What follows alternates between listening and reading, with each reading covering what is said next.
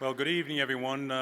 Take it or leave it, I am the real David Morton, although I'd be honored to have Winston fill in for me any day. So it's great to be here. Thank you all for being here. This is really important for the NCMA, and it's important for us to see all of you participating in it, and a lot of great people in this room.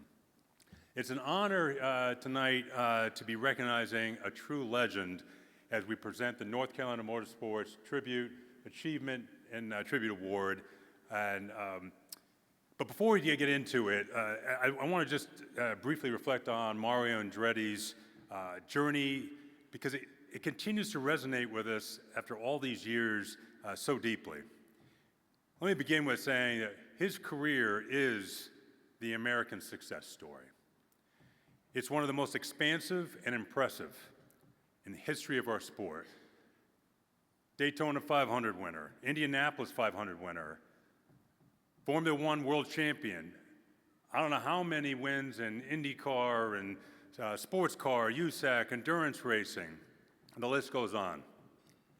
It's proving his ability to win anywhere and any place. He's also one of the most decorated drivers in the history of our sport. Named Driver of the Century, not Driver of the Year, but Driver of the Century by the Associated Press. Inducted into multiple Motorsports Hall of Fames, and honored with the Presidential Medal of Freedom. His relentless focus on performance, precision, continuous improvement, teamwork made him the champion he is today. At Fifth Third, that ethos of excellence and the competitive spirit of racing resonates within us as well. In fact, motorsports and automobiles have been part of our DNA for generations, with our roots that go back before the Model T in the Midwest. For decades, we've worked alongside companies like many here in the room, helping put cars on the road and on the track. And today, that commitment continues across the industry with our involvement with the NCMA, the HPX show, SEMA, PRI, and with long-standing partners in multiple racing series. There's also something uniquely fitting about Fifth Third being part of this special moment. Because while Mario had a career defined by so many milestones, his final professional victory came at the age of 53. We always figure out a way to work in our numbers into everything. But it's a number that isn't just a number for us. It doesn't just represent our name. It's about a legacy of our own. It's a reminder that excellence doesn't fade with time. It evolves, it endures. And in Mario's case, it sets a standard that still inspires all of us today. On a more personal note, more than a decade ago, I witnessed his character firsthand at Pocono Raceway.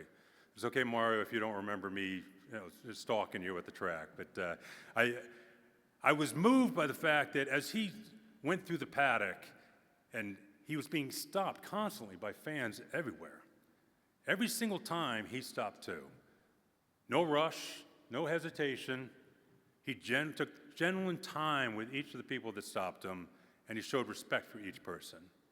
And that really stuck with me, because to me that showed he's not only a champion on the track, he's also a champion in life. And never forgetting how we got there, to me, was telling. And of all the people who cheered him on along the way. The video you're about to see brings Mario's story to life. It's a story from humble beginnings to one of the most remarkable in the history of our sport.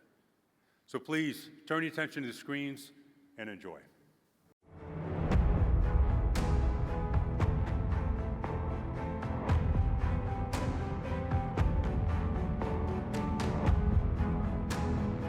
On September 5th, 1954, in Monza at the Formula One Italian Grand Prix, 14-year-old Mario Andretti got his first look at the sport that would make him an American icon.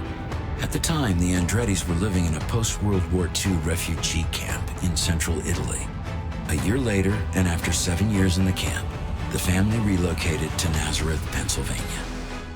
And there, Andretti found a local dirt track where the cars were not as sophisticated as the ones he'd seen in Europe, but fast and very drivable.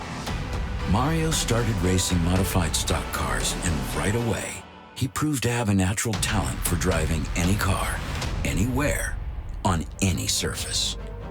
His ascendancy to the highest level of motorsport was remarkable. In 1965, he was Rookie of the Year at the Indianapolis 500. 2 years later, he won the Daytona 500.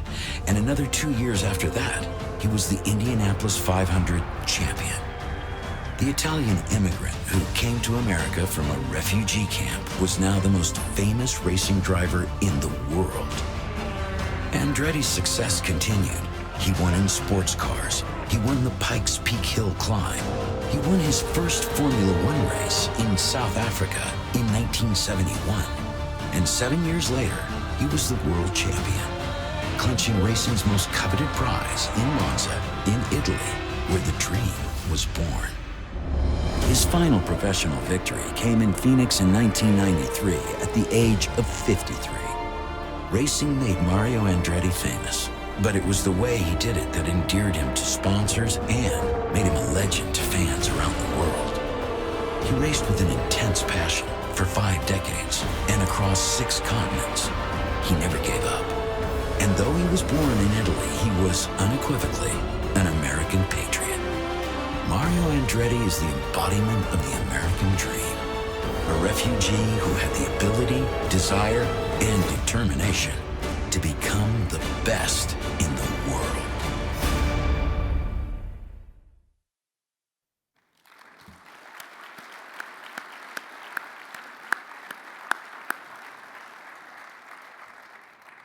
Ladies and gentlemen, please welcome our 2026 North Carolina Motorsports Association Achievement in Motorsports Tribute Award winner, Mario Andretti.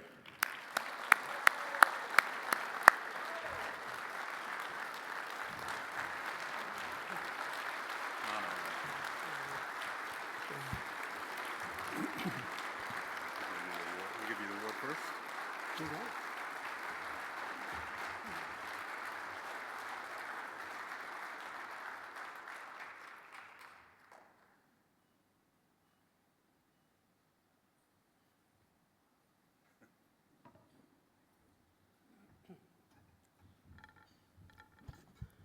First of all, thank you, Dave Morton, for those very kind words. And congratulations to all the honorees that preceded me this evening.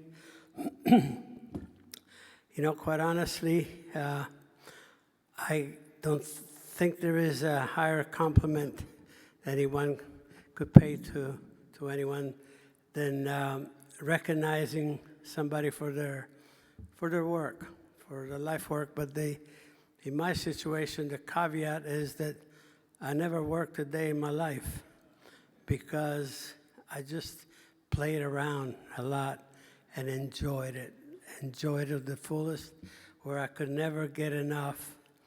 And I was blessed that I was able to sort of dodge a few bullets along the way and have a long career. So I always say I count my blessings every day in that respect. But the one thing I'll always remember, though, that I'm standing up here by myself, but to be able to accomplish the things that I was blessed with throughout my career, it took hundreds and hundreds of individuals to be there and to help you get it done, because our sport is not as simple as you would think. It's quite complicated in so many ways, as you can imagine. I remember, just to give you an idea, some years back, I was in New York. It was a father and son breakfast. It was this player, baseball player, Stan Musial, who had won the World Series, and I was there, obviously. I think was for my first national championship. Anyway, when we were saying our goodbyes, Stan says to me, Mario, we should be exchanging something. He said, I'll give you one of my bats, and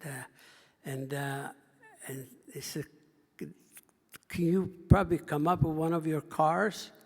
Well, the exchange was never made, obviously, but I have one of his balls.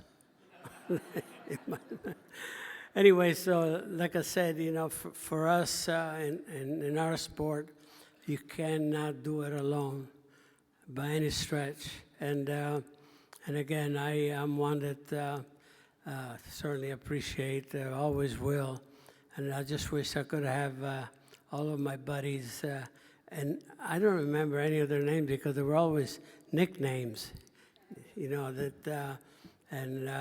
but I know who they are. I know their face, and I know who they are, and always will. And in that respect, you develop lifetime friendships.